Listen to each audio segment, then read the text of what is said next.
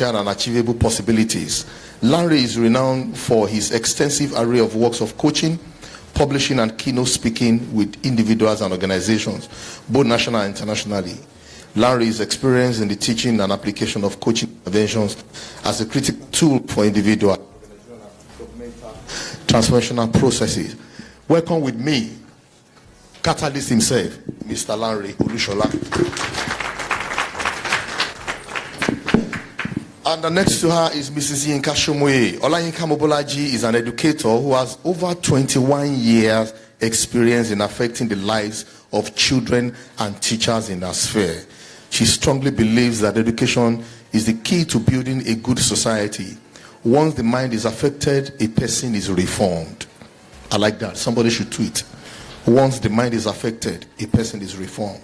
Olayinka has a Bachelor of Arts in Modern European Languages and Masters in Education in Educational Psychology from the University of Lagos.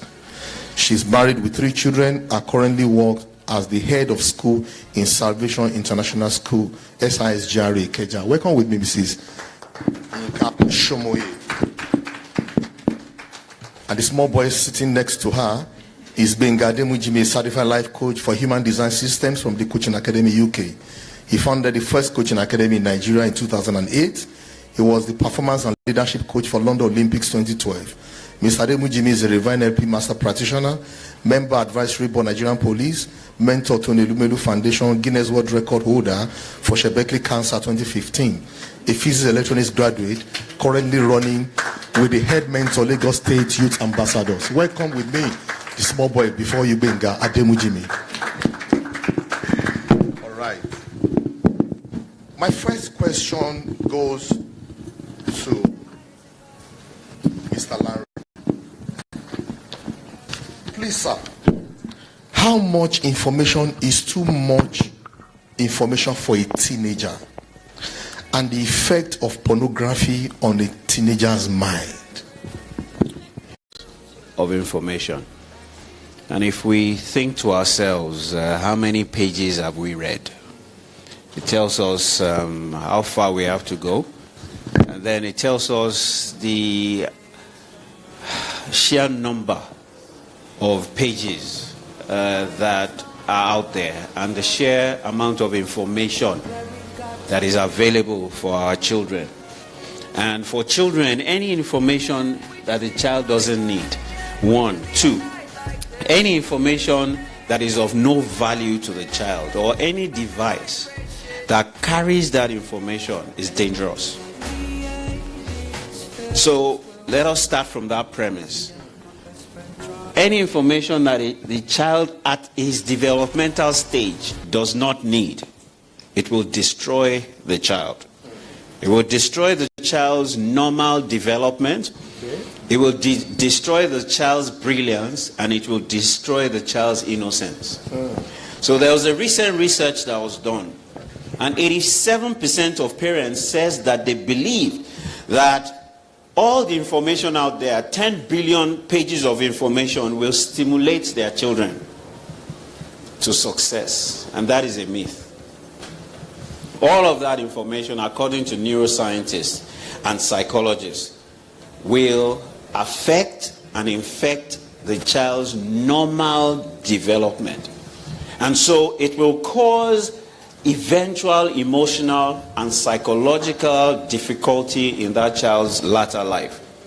So let me give you a couple of empirical evidences so that we know exactly what we're talking about. So there was a recent interview that Bill Gates gave. They interviewed Bill Gates. Everybody say Bill Gates. Bill Gates. Do you know who Bill Gates is? Now Bill Gates has 3 children. And Bill Gates, he monitors how much time his children spend on the phone and on the internet. They use the internet and their phones only for homework. Wow. And for social interaction. They don't have iPad. Everybody say Bill Gates. Bill Gates. They are the forerunners of this thing. They are the ones that created it. And these guys know the danger So they control and they restrain their children from using certain devices. And each day, there's a specific number of hours that the children spend on those devices to do homework and to get in touch with their friends. They don't socialize. Now, the person that did this interview also did a research on Steve Jobs. Everybody says Steve Jobs. Steve Jobs. Steve Jobs was interviewed by the New York Times, a gentleman called Nick Bilton. And Steve Jobs says that he limits how much technology his children use. Everyone says Steve Jobs. The one that Apple, the owner of Apple, may his soul rest in peace. He restricted the use of his children.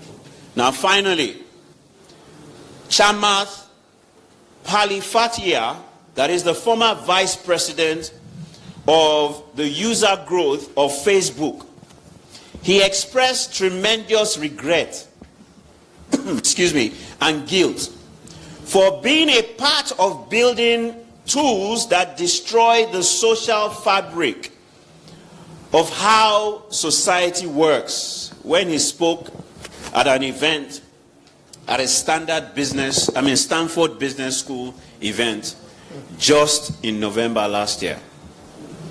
He emphasized the short-term dopamine-driven feedback loops that we create that destroys civil discourse, destroys cooperation amongst children, that reduces their level of social interaction, that presents them with mistruth and misinformation. Now, let me begin to talk about the psychological effects. Do you know that today, based on addiction to a lot of devices and based on access to information, the WHO has just declared that depression will be the world's #1 killer by the year 2030. And by 2020, 2 years' time, depression will be the world's second deadliest killer. Do you know why? Because children are spending too much time and people are spending too much time on machines, and there's no social interaction. There is a benefit to social interaction, and it is emotional and psychological balance. And we are depriving our children from social and emotional balance. Now, 1 in 5 adults that live their lives on machines and social media and spend too much time on these machines, they will develop a mental illness in their lifetime. 1 in 5. Everybody say 1 in 5. So count. 1, 2, 3, 4, 5. Say, oh, Badu. 1, 2, 3, 4, 5. No, we have counted 4. We are okay.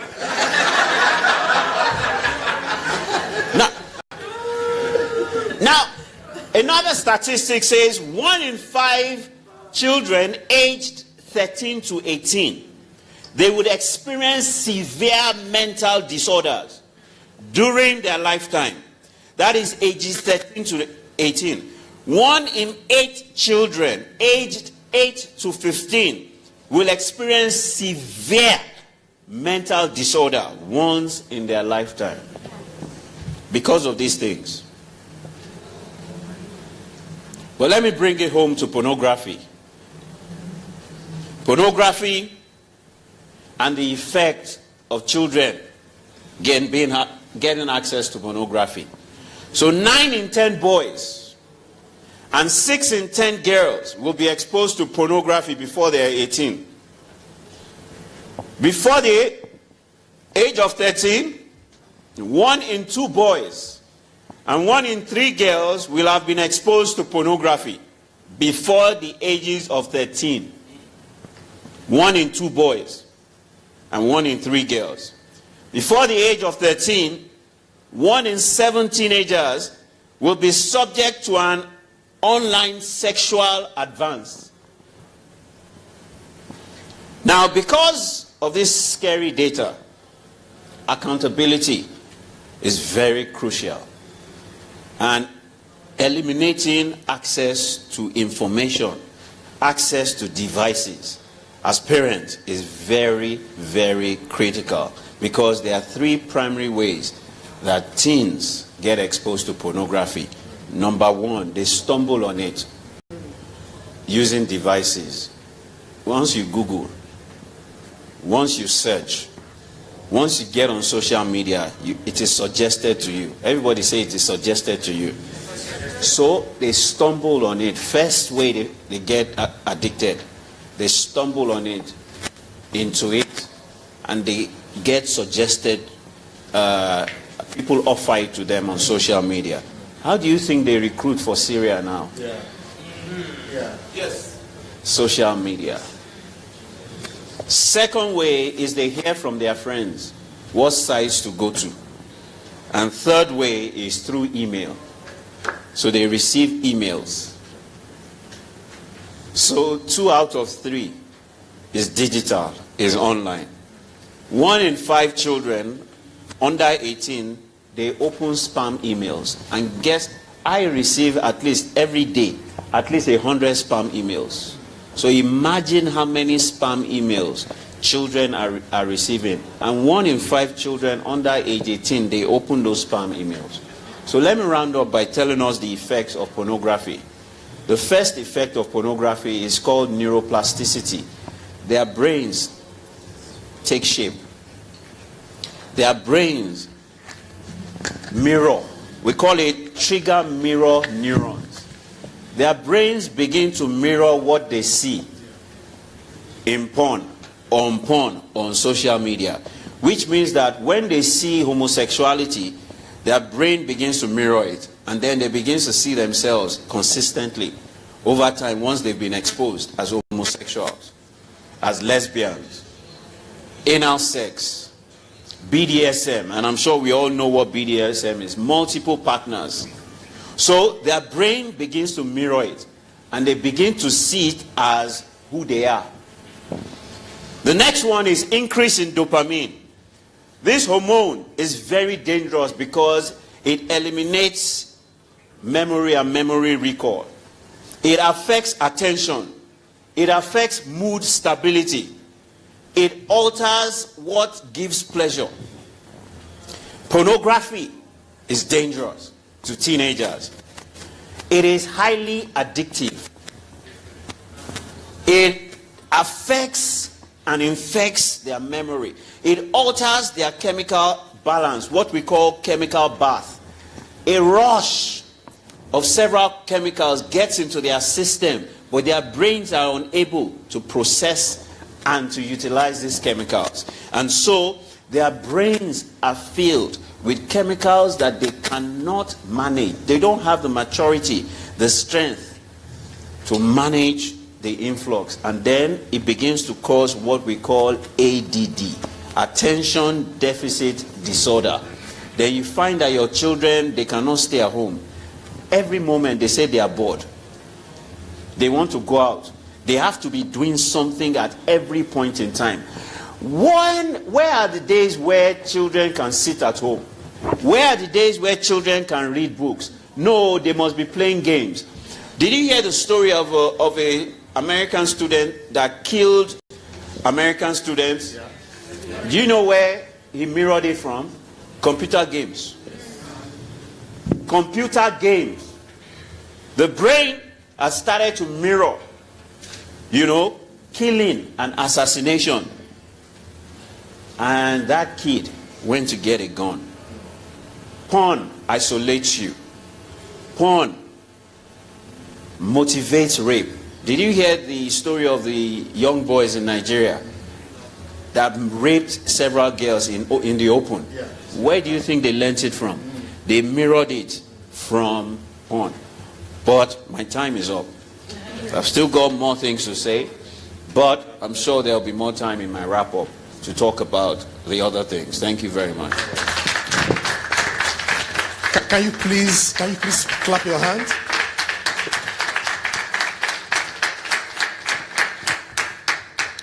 I'm not sure the last time I saw kids doing a real shuba. 10. Suwe, thank you. I'm not sure the last. Road tires, yeah. Skipping rope and all those things. I'm not sure. For me, that's the summary of what I got from. It's social interaction, not machine interaction. You understand? Yeah. Now, listen to this. Listen to this. Yes, what are kids doing online? For me, the question is, what are parents doing online? What are parents doing online? Yeah, UNESCO, UNICEF. I work with UNFPA, and I know that the age for your child to go online is 13 to 14. I'm working presently with a young lady at 40 who was harassed by her 13-year-old nephew.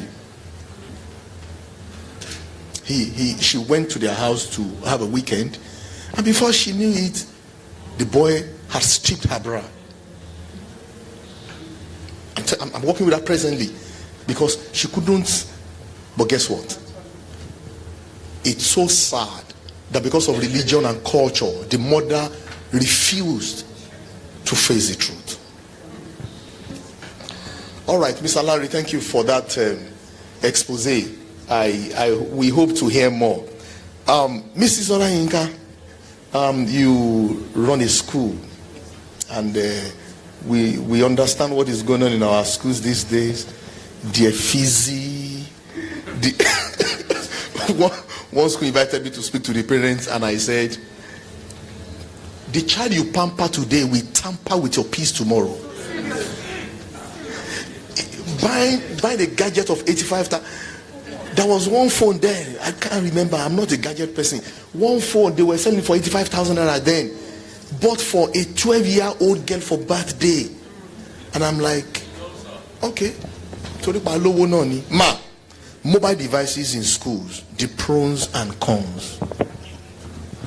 Thank you very much. When we talk about mobile devices, it's not just limited to cell phones. We have smartphones, we have iPads, we have tablets and all. Like we have this group of children here. I'm sure most of them can operate most of the gadgets more than we do. And whether we like it or not, all these devices have come to stay. So what's the best way to go around it? The children are engaged in them. They are engrossed. You know, I have children at home, and you see them on the phone almost all throughout the day. And what's the best way to get their attention and then turn it into learning? And that is what schools have tried to embrace now. You have some schools telling everyone, bring your devices to school. You have some schools that provide these devices. All in all is all to help to engage the children to learn better. In every typical class, you have different types of learners. You have some who learn by listening, some will learn by seeing, and some will learn by doing. And so a typical teacher in the classroom must know how to get all these children. Talk about accident rate. Does that mean we shouldn't drive again? So what's the best way? The government have put some guidelines in place to help us to ensure all these rates, accident rates, are reduced. So likewise in the school, by the time you have guidelines in place, you ensure that the children are using these devices in the right way in order to enhance their learning, in order to ensure that no child is left out.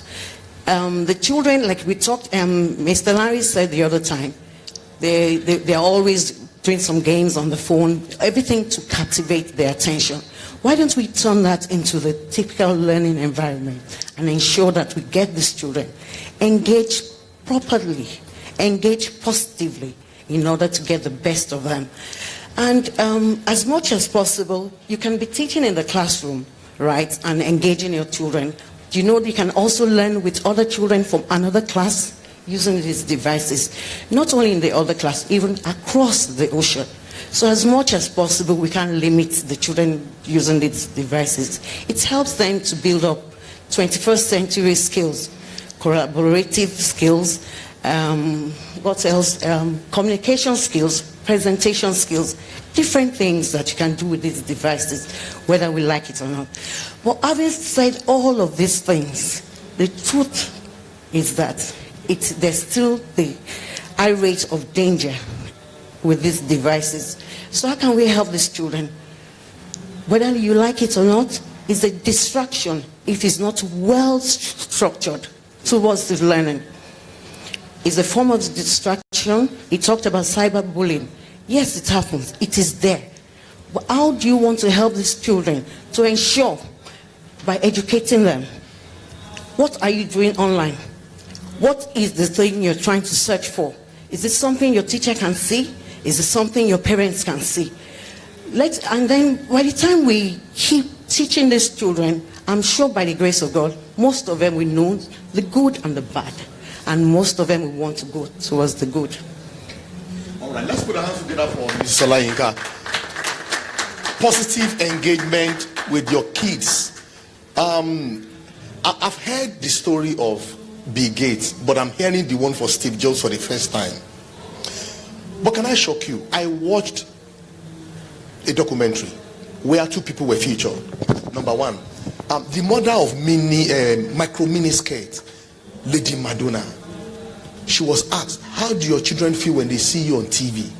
She reacted. She didn't respond. My children don't watch TV. I was shocked. Barack Obama said his children should be watching TV for 2 hours. Michelle Obama said no, maximum 45 minutes. There is a man here in Lagos.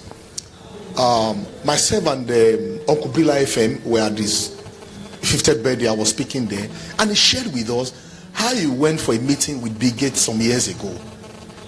And right there, at the particular time, Bill Gates said, I'm sorry, this meeting is over. I need to go and pick my child in school. I need to ask this question. Is it the system or the culture or the religion or what in Nigeria or in Africa preventing us from having time for our children? When we were growing up, I remember that when you get home, you must meet one out of your parents. Somebody must attend to you. But the question is, who mentors your child now? Who are their role models? What are you downloading on that phone? I know someone who called in to my radio show on Rainbow FM some time ago and said, I want to divorce by all means. What is the story? The husband took her to the airport, and the husband believed she has traveled. Something happened. She came back home, got home, and met the husband with his younger brother having sex on their matrimonial bed. And by the time we work on it, we find out that the husband and the wife, right from the days of courting, they were enjoying pornography together.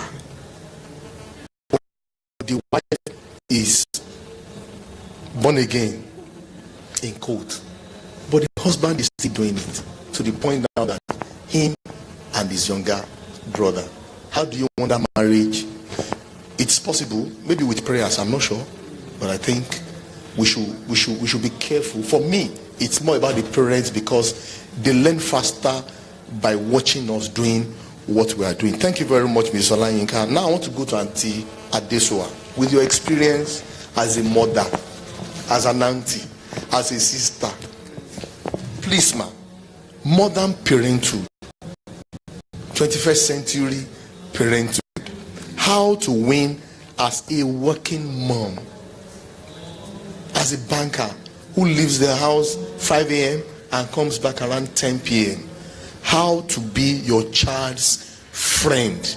How to be your child's social media week. I just wanted to know, I asked her which of the devices, which of the social media groups is your favorite? Because I know she does Snapchat, and she does Twitter, and she does, yeah. No, she's not on Instagram. That I didn't allow. So I said, which one is your favorite? She said, Twitter. And I asked why. I said, it's more entertaining. I said, what's entertaining about it? She said, you know, the tweets, you are following people. I said, so who are you following? Which star are you following? She said, well, Rihanna, you know, Nariri, that's my girl. I said, okay, Rihanna is your girl. So what did Rihanna tweet last? Let's see. Right? Let me see what Rihanna tweeted. Okay, she went, what was Rihanna's last tweet? Her new song. First of all, how many followers does Rihanna have? 86 point something million followers. I was shocked. I said, what? 86 point something million. Okay, let's see what she tweeted last. A new song she did with somebody. And then 527,000 people had viewed it. So I told her, imagine if 10% of those will download that song. Do you know how much Rihanna is making? And you are here. I was going to download, I was going to watch. I said, no, don't watch. You know, I said, why? I said, because it's my data. I said, but it's only 25 seconds because she only gets 500 naira a week. It's only 25. He said, no.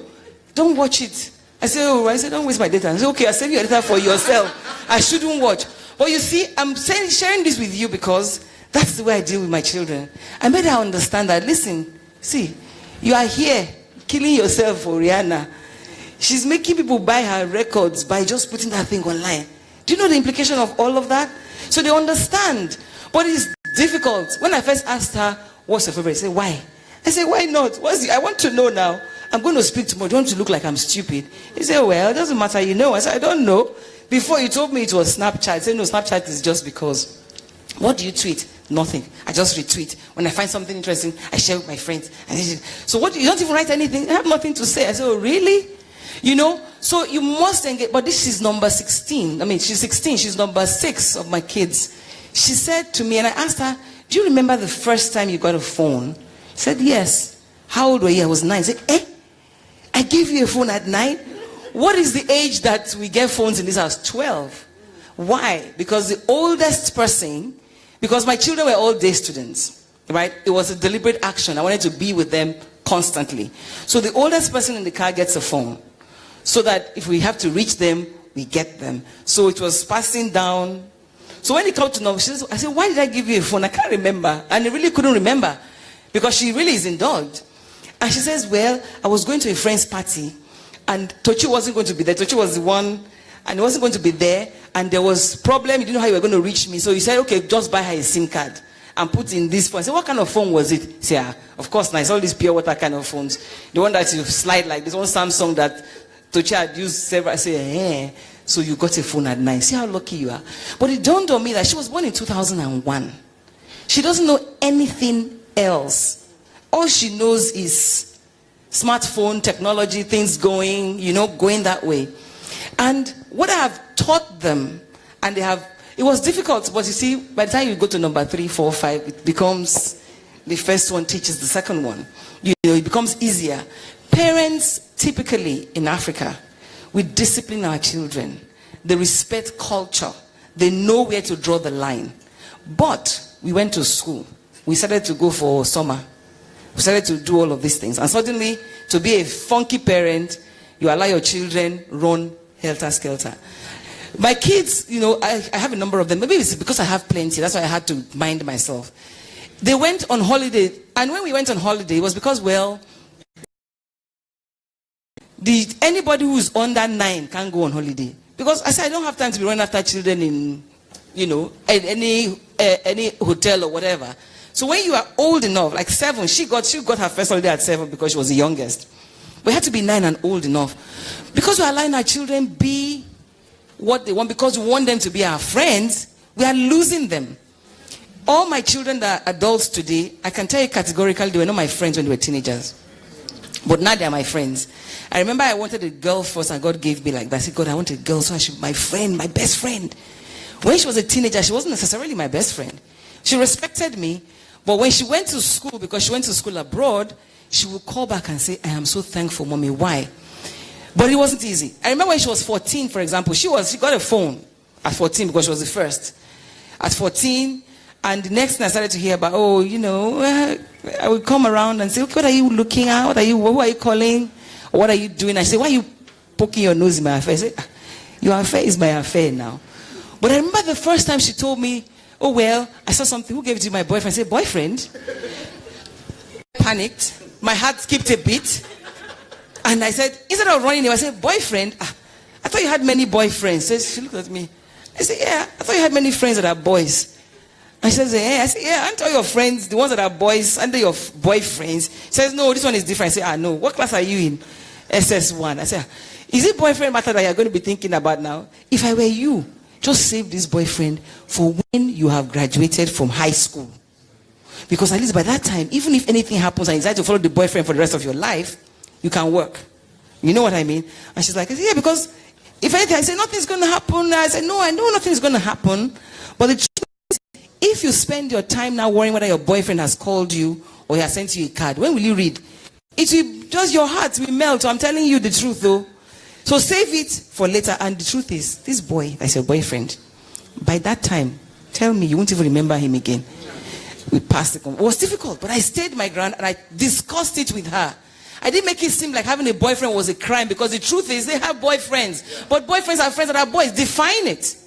Define it. What kind of relationship should he be having at 14? I'm not going to lock her away and say you're not going anywhere. Although I take her to school and back. But you never know what they get up to. So I said, listen, I decided to color it. And that's my style.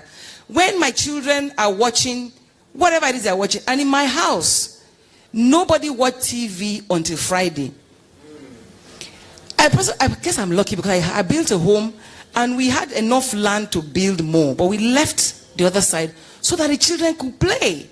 We had badminton, we had a swing, because I knew how I grew up, so that they could play. So there was no television at all until Friday. And trust me, when they come on Friday, everybody's rushing to go and sit down in front. And then whatever they are watching, I watch it with them, no matter how bad. I remember when Big Brother Nigeria just came out. We watched the first one. When they're watching, we watch and sit down together. I say, can you imagine having a bath in the... You color what they are seeing. Having a bath naked, oh my God, this is terrible. And they will agree with you. This is awful, and we'll sit down and we'll talk about it. No, it's not possible. So they will squirm when I'm sitting with them watching something. So why bother to watch it at all? So they won't even bother. So even if they watch somewhere else, in my house we don't watch this. My children have learned to respect the fact that mommy knows best for as long as they're in my house. Unfortunately, they're in your house for the first 18 years of their life. You don't have to give them an excuse. When I say we must share Coca-Cola in our house, hey, why? Is it because we are poor? I say no. It's not because we are poor. Because when we share it, there is love. And they say no. And my child say, my kids, my daughter will say, oh, this person is rich, this person is rich. When I sat her down and say, what is well? What do you mean by rich? They have, because maybe we have 3, they have 5. This one has 4 homes. I said, we must be very rich too. She said, I said, because we have 6 children. Oh, we are very rich. I said, change the perception. You know what I mean? Whatever they think, change the perception. And the same thing with social media. Very, very simple. They understand that anything that you put in there, you can't take it down. Yes, I was asking her. I was telling her, I said, no, you can take it down these days. Say, take it after 1 second. Somebody would have seen I can pass it. You may not even know. Be responsible. When you put it there, you can take it down. I can't take it from them. I remember when, I think it was my second son was 18, was going to university then, and I don't knock in their doors. I knock. They say knock, I knock. Some days I just open the door and enter. So I opened the door and entered my son's room. He was on the bunk. Of course, he was on his phone. And of course, it was a pornographic site. So I could have just walked away, but I just walked in casually. Like I had not cited what he said. I walked in casually.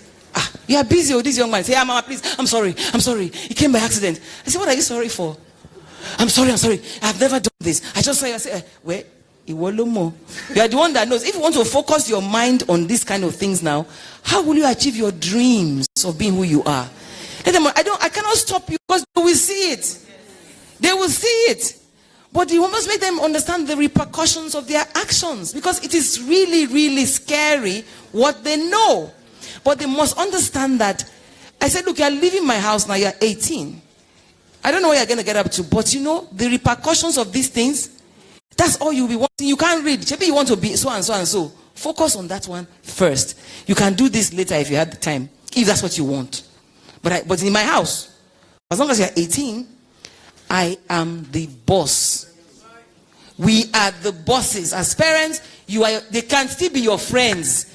Because you look out for the best for your friends, much less people that you are going to leave behind. So I tell them, the excuse I give them, you know what? I want to be, you know, you're proud of me. Yeah, I'm proud of you. I want to be proud of you. Do you know what? I want to go out and do this. Who? That's my son. When this sagging started at one point and he will sag, one day I threatened my first son that time. I said, if you sag me, I will sag. To two of us, we go out. I said, yes, say sagging. No. I said, then please don't sag. I said, that's where they make the trousers. Okay, let's go and buy the kind of trousers that is not made like that. Me, I will buy it. So two of us, we sag. So if you make it, everything, I blackmail them constantly. Please, because of me. Don't disgrace me. Don't make me unhappy. Please, shall I make you happy? And they will do it for me. And when they became adults, they are the ones training their brothers today.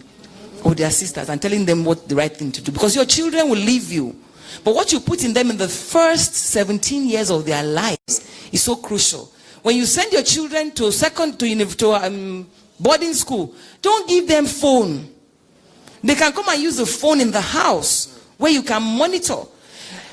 One of my sons, how did I learn? I said, okay, come and teach me. I will take his own. Come and teach me how to use this thing. Yeah, we call him our Oyibo man. He's studying computer engineering now. Come and show me. And he will be happily showing me. So when I take his phone by accident and I want to, I can see it. So they can't put nonsense there. I can look at it any point in time. Parents, please, take control. It doesn't mean they will never do wrong. They will do wrong. They will get in trouble. But what you have put in them will help them come back to you.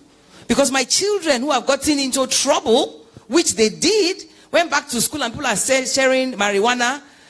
And they called my son. One of my sons called and said, Mama, you know what? I have to share this with you. They were sharing this thing. How many children will call their parents and say they are sharing marijuana in party? And the truth is I've been taking it and I don't want to say, you have to pretend like you're not shocked. But my heart was beating. I said, well, whatever you started, you can still stop. It's the man in you. You have to take control. I can't take control. You decide. Whatever you start, you stop. So if you have put it in there for the first 17, 18 years, they will live with those things with your guidance. You can't stop them. Just guide them and make them responsible for the actions that they take. All right. Come on, put your hands together. Wow. Okay. I want to quickly, emphasize a point that she made. 2 points. The first point is parents want to be friends with their children. You are not your parent. You are not your children's friend. Yeah. You are your children's parent. Friendship is a tool.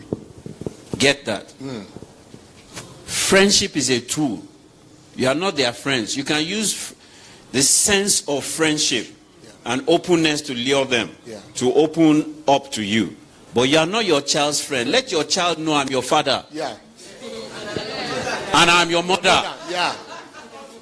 So don't get it in a twist. Later on, you will become friends. Yeah. At 21, 22, 23, 30, you will become friends. Not when they are teenagers or when they are 2, 3, 4. Your mommy and daddy. Yeah. Secondly, right, parenting today has become competition. Where my daughter has an iPhone 10X, my daughter doesn't. I'm just saying. So, because of the fact that this girl and she's 10, has an iPhone 10X, and comes back home to tell her own parent that, Mommy, can you imagine what happened in school today? Kemi just brought an iPhone 10X. What the mother is thinking is, yesterday Kemi's mother has had one over me. Wagba. I will give her iPhone 10X and Samsung 10 whatever. So that they will go back in school tomorrow and tell them. So children have become trophies for competition among parents. To prove a point. Unknown to us, we're destroying them. Another child said to the parent, Mommy, can you imagine what car the driver used to come and pick us? Came to use the car, not the G-Wagon, to come and pick us. One parent apologized. It happened to another parent. That parent said they came to use car to pick you. You are telling them that they should use G-Wagon to come and pick you. All right, you went up, boss. For a week, it was boss. Boss. They used brand new Toyota to come and carry you. You are saying you are not going to enter. The child was crying. I'm not going to enter. It's G-Wagon, it's G-Wagon, G-Wagon. Parents are failing. Okay, let's put our hands together for Mr. Lanre. Tell your neighbor G-Wagon. Okay. Yes, to add a little bit to what our two speakers have just said. Please get ready for your question. I'm coming. I'm just taking two questions now, please. One from this side and one from this side. Okay, ma'am? The truth of the matter is the 21st century parents we have now don't really have the time for their children. And all they think is to buy the love of the children, they give them the devices, buying them the latest gadgets to buy the love of the children. They're not there to listen to the children. They're not there. Most of them don't even come for meetings, school meetings. The children with problem, right, are the ones that you will not see the parents coming for meetings. And then you keep calling and calling and calling, you don't see them. And how can you stop a child who is left alone? The child, she talked about growing up, or someone did, that there's always an adult at home. But nowadays, the children are left alone with nannies, drivers, cleaners, and then what do you expect them to do? They will occupy their time with the social media, and we know the results of that. So as much as possible, we can be, like you said, parents, but in a kind of way, have a relationship with our children.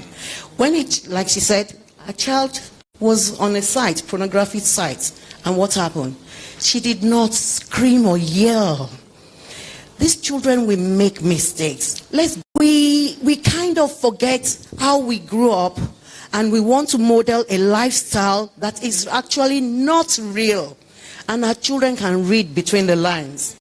They can see.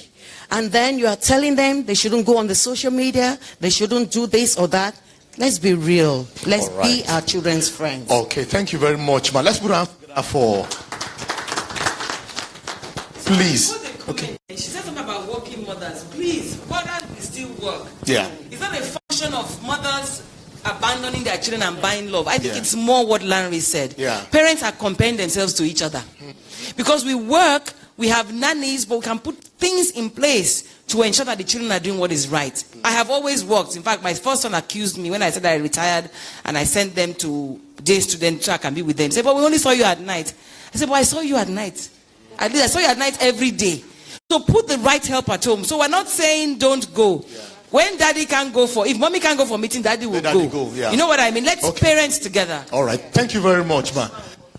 Okay, I have just for two people. Okay.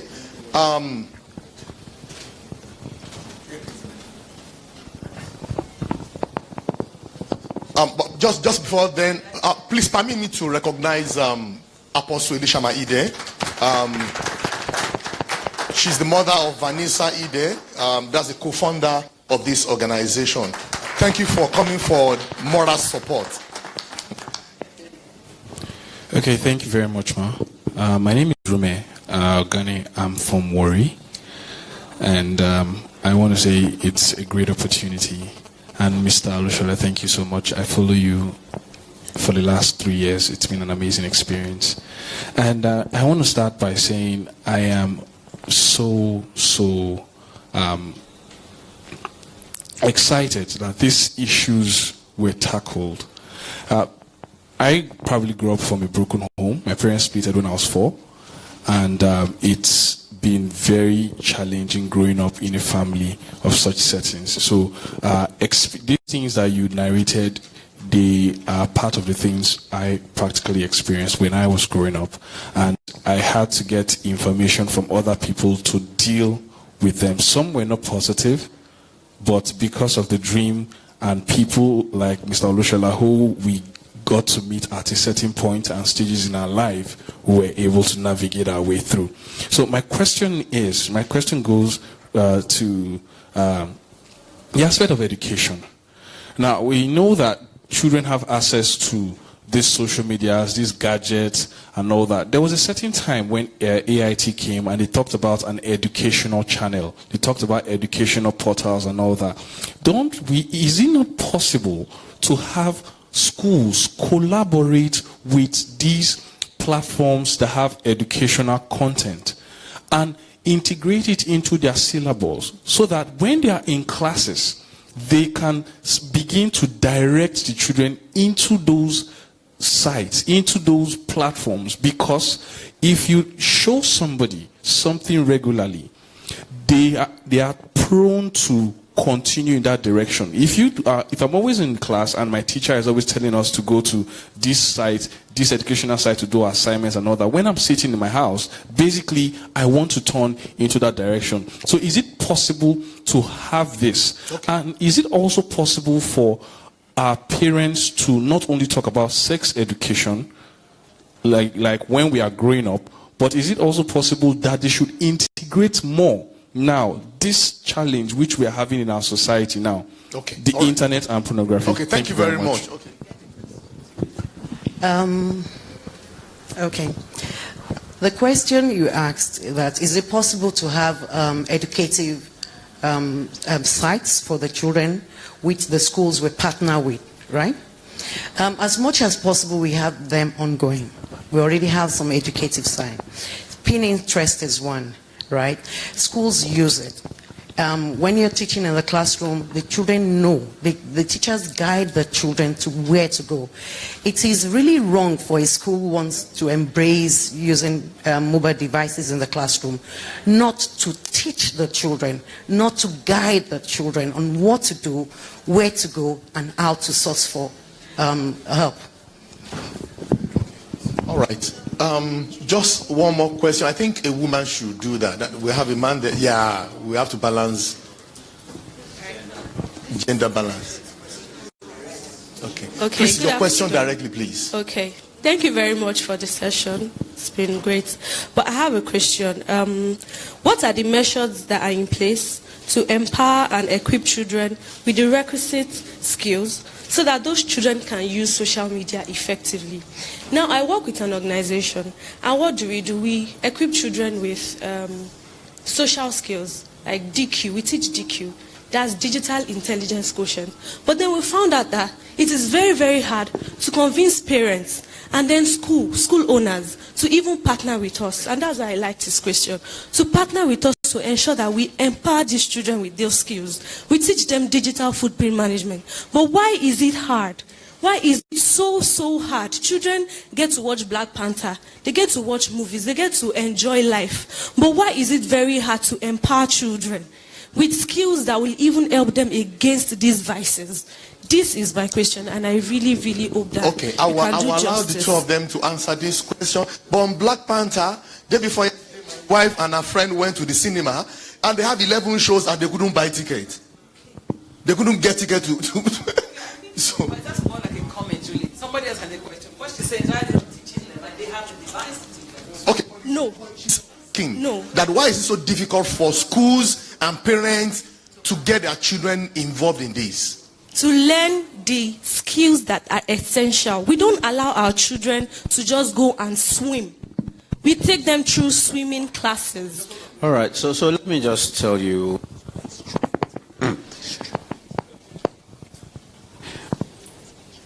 Black Panther.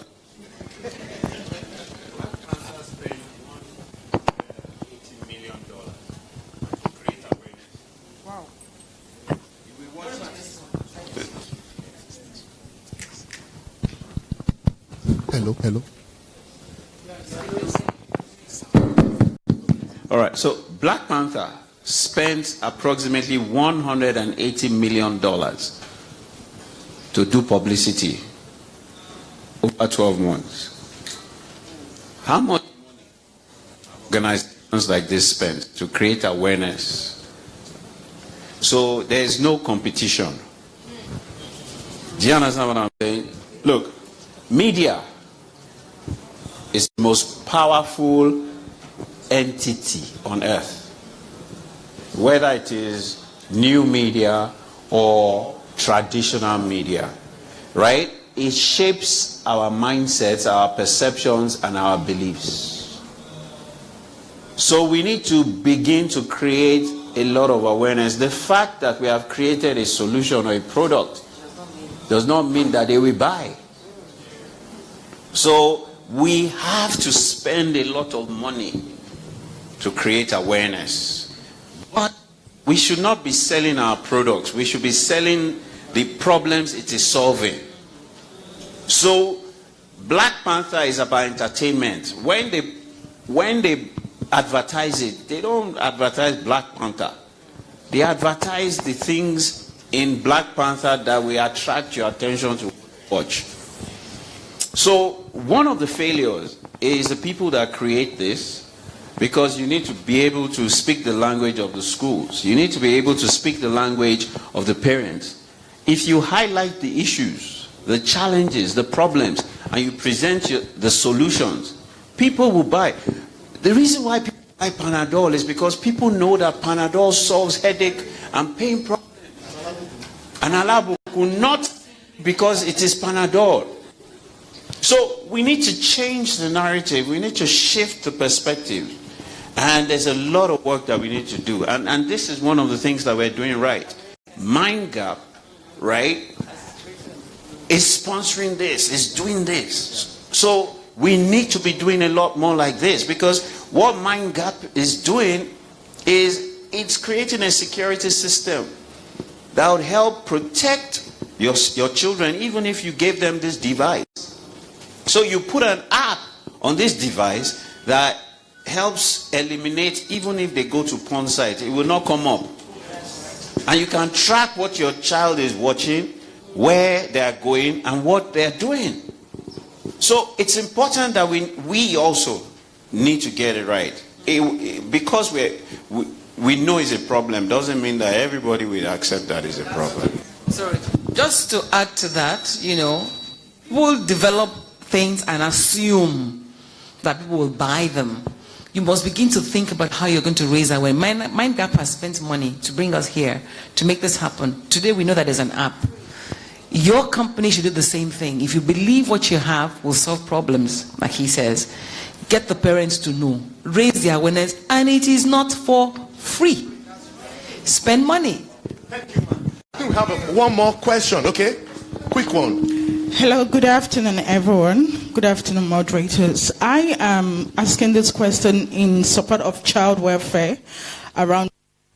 When we have kids that are exposed to rape, sometimes they don't plan on being raped.